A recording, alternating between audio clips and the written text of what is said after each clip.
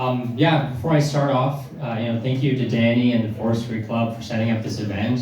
I've never been in this space before. It's very nice. It's great to see all the people here.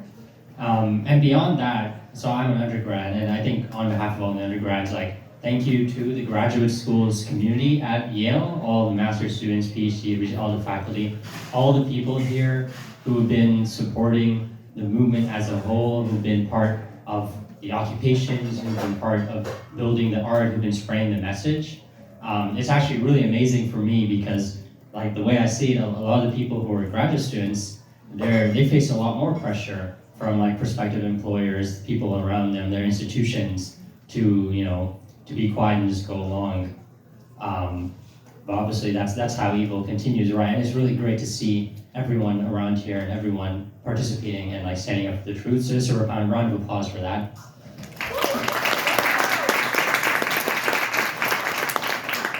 Then finally, before I get started with my poem, if you guys were at either of the occupations, you may have seen me at a table where we're giving out dates and translations of the Quran. And so, I'm a Muslim, and obviously I love to share the Quran. So also, I have some with me today. Feel free, take a copy. It's pretty good stuff, in my opinion.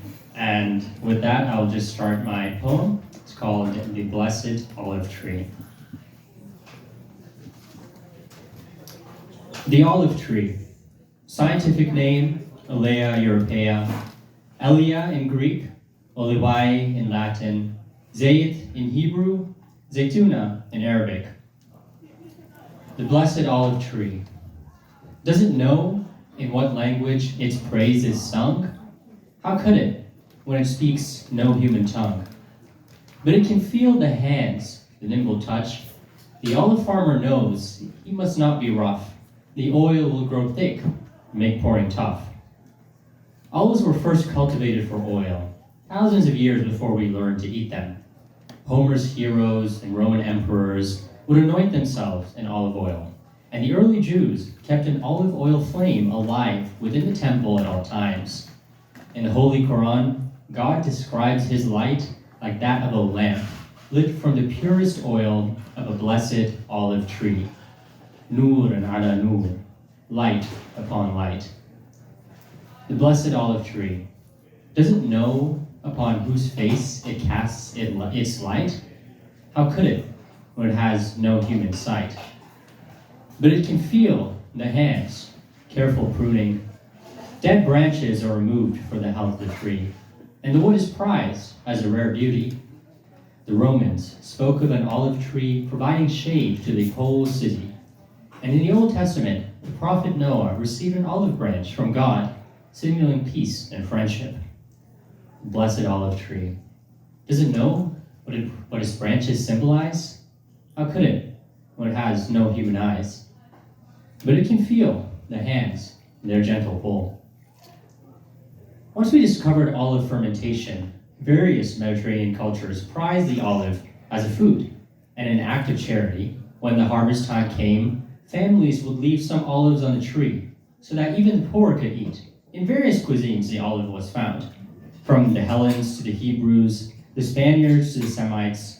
For thousands of years, the olive connected all. The fruit was in every dish, the oil lit every lamp, and all could sit under the shade of a blessed olive tree.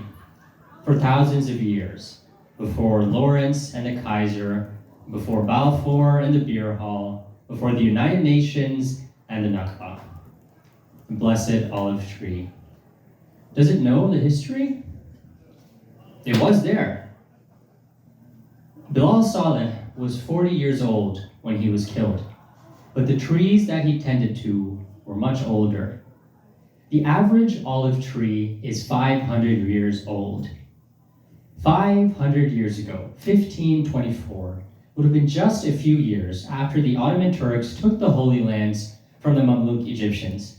Muslims fighting Muslims, unfortunately common.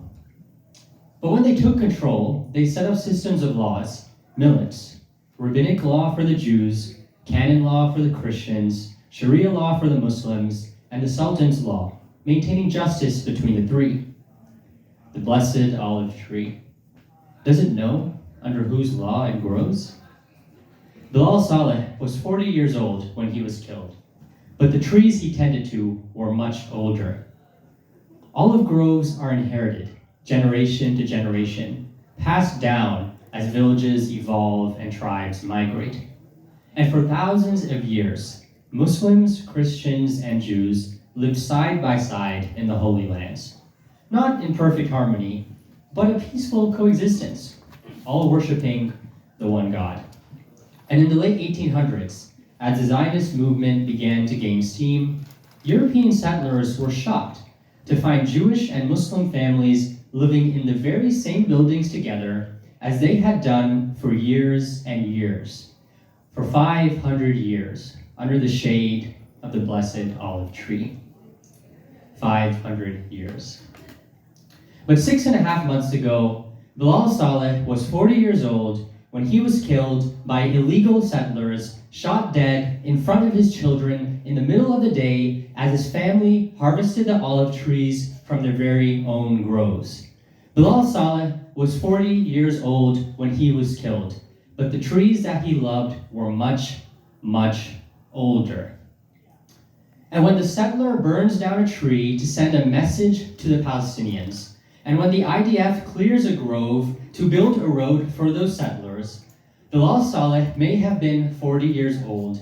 The Israeli occupation may be 57 years old, but the olive trees that they kill are much, much older. Older than Hanya and Netanyahu, older than Arafat and Sharon, older than Lawrence and Faso, older than Herzl and Balfour, the blessed olive tree. Does it know the hate that it receives? How could it, when love is the only thing that it gives? And so it knows the hands which loved it, and which yet return, sneaking past barbed wire and bullets to gather Palestinian seeds. The blessed olive tree, like all blessings, is slow to cultivate and quick to quell. But like the spirit of all of God's noble creation, the olive tree always grows back. Bilal Saleh was 40 years old when he was killed, but the children he loved are still alive. And with the seeds that they save, the blessed olive tree lives on. Through 400 years of coexistence, 100 years of oppression, a childhood with their father, and a lifetime without, the IDF may keep bombing, the settlers may keep burning, but a handful of seeds will always survive. And 500 years from now, the children of Bilal's children may walk amongst the olive groves planted during this war. Planted during the beautiful moments of peace, moments scattered like seeds in the sand. The blessed olive tree. Does it know what the future holds for it or the Palestinians? I think it does, for it knows God, and he watches over his dominions.